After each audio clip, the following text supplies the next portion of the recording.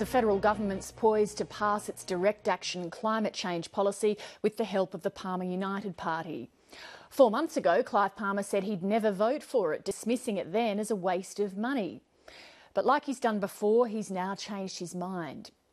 The government has had to compromise to keep Mr Palmer's party on side, and that includes breaking an election promise to axe the Climate Change Authority. In a moment, I'll be joined live by the Environment Minister, Greg Hunt, but first, here's a bit of background. What the Emissions Reduction Fund will do is help drive private sector investment in practical action. The government response to climate change, as the Prime Minister has outlined, is to tackle the problem, which he has acknowledged, by direct action. Direct action is a waste of money. You can tell we're a finely honed team.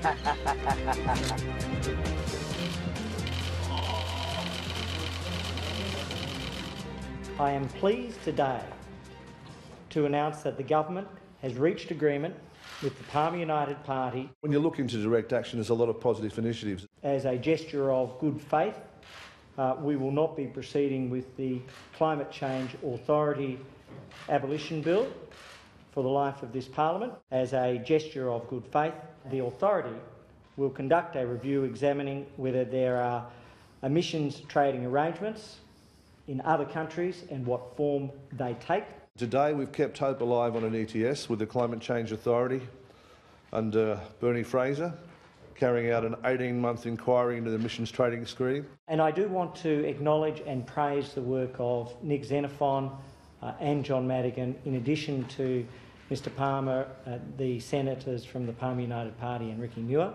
This policy today is about reducing emissions by cleaning up waste coal mine gas, by encouraging energy efficiency, by doing practical things in Australia. You want more handshake? One more handshake, yeah. Good work, Greg. He's a good person to negotiate with. Thanks, Greg. And with me now live from Canberra is the Environment Minister, Greg Hunt. Thank you for joining us. Good evening, Leigh. Mr Hunt, the deal that you've struck with Clive Palmer includes a review of emissions trading schemes in other countries, yet you said in question time today that you oppose an ETS lock, stock and barrel and that you will not bring one back. Why then are you wasting taxpayer money on a review? Well, let's be very clear that we have achieved two major outcomes from the election for the government and for the Australian people. One, we have abolished the carbon tax and the electricity price reductions are flowing through. Two, we have now secured agreement to pass through the Senate the direct action or emissions reduction fund, which will do practical things to clean up emissions around Australia. Part of the process of that is that there was no Senate majority for abolishing the Climate Change Authority. And so as a gesture of good faith, we have agreed to the review, but our position is clear. We have abolished the carbon tax. Let's go back to my question then. You've agreed to the review. We will not be proposing a carbon tax or an emissions trading scheme. Okay, well that feeds right into my question then. Why are you wasting taxpayer money on a review into something that you've said that will never happen? Look, there's no harm in having a review. But why? There's no harm in having a review, and most significantly, well, there is harm because it's a waste of taxpayer money. We are saving Australians from a $36 billion carbon tax. We are instead putting in place an emissions reduction fund which focuses on the lowest cost way of cleaning up our landscape, of cleaning up emissions, of doing practical things to achieve our targets. We are making a massive saving for Australia, implementing our emissions reduction policies, getting rid of a carbon tax which was having an impact on every family, and we're doing it in the only way that was possible. We're not talking about what Labor was doing tonight. We're talking about what you're doing in government now. For the government and for the people. You came to government promising to end waste. A review into something that you've already ruled out, lock, stock and barrel, is waste, is it not? Look, I just don't accept that. We came to government promising to end a $36 billion carbon tax. You said you would end. We came to government promising to put in place. Well, I'll just finish. Promising to put in place the emissions reduction fund, and we've secured that agreement. In terms of waste, we have just put through $2 billion of reductions in government red tape in my own portfolio, $420 million of annual cost reductions for the private sector in relation to the one-stop shop. Okay, while we're talking money, how much will is this 18-month review cost? Well, what we see is that we will work on the figures, but we'll absorb it within our existing budget. And about how much do you think it'll cost? We are not seeking any additional funds. I won't put a figure, but the Climate Change Authority can run on a modest, reasonable, appropriate budget. That's currently being discussed. What matters here is two massive things. Repeal of the carbon tax, exactly in line with our election pledge, with the savings flowing through in terms of electricity and gas, refrigerants and so many other elements. Secondly, this is the implementation of the alternative approach, which is to clean things up directly. You've made those points in the interview already, Mr Hunt. It's the axing of the carbon tax. It's the implementation of direct action. Correct. Let's put that aside then.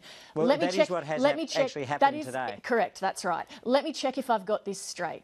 At a time when the government is asking Australians to pay more for petrol and doctors' visits because of a budget shortfall, you're spending money on a review into emissions trading schemes when you've said that you will never implement an emissions trading scheme. There's a fundamental flaw in the reasoning there, with great respect, Leigh, and that is there is no Senate majority for abolition of the Climate Change Authority. No matter what we choose to do, it would continue to exist. If it is continuing to exist, we might as well make use of it, unless you would want people to be employed, sitting there, paid, but not doing any work. So if there's no Senate majority to abolish it, let's make use of it. But I'm not talking about the Climate Change Authority. I'm talking about a review into emissions trading schemes around the world. But this is a review done by the Climate Change Authority. But couldn't you use the Climate Change Authority to do things that are actually useful, that you might implement? Well, this was part of the agreement, and in good faith we're carrying it through. Okay.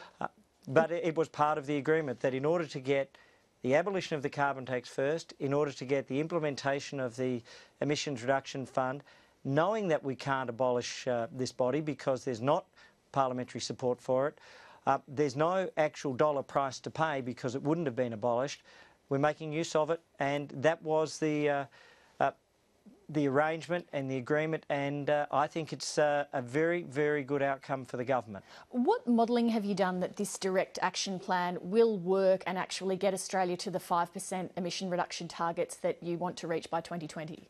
Sure. Well, we will be putting out an update on targets shortly.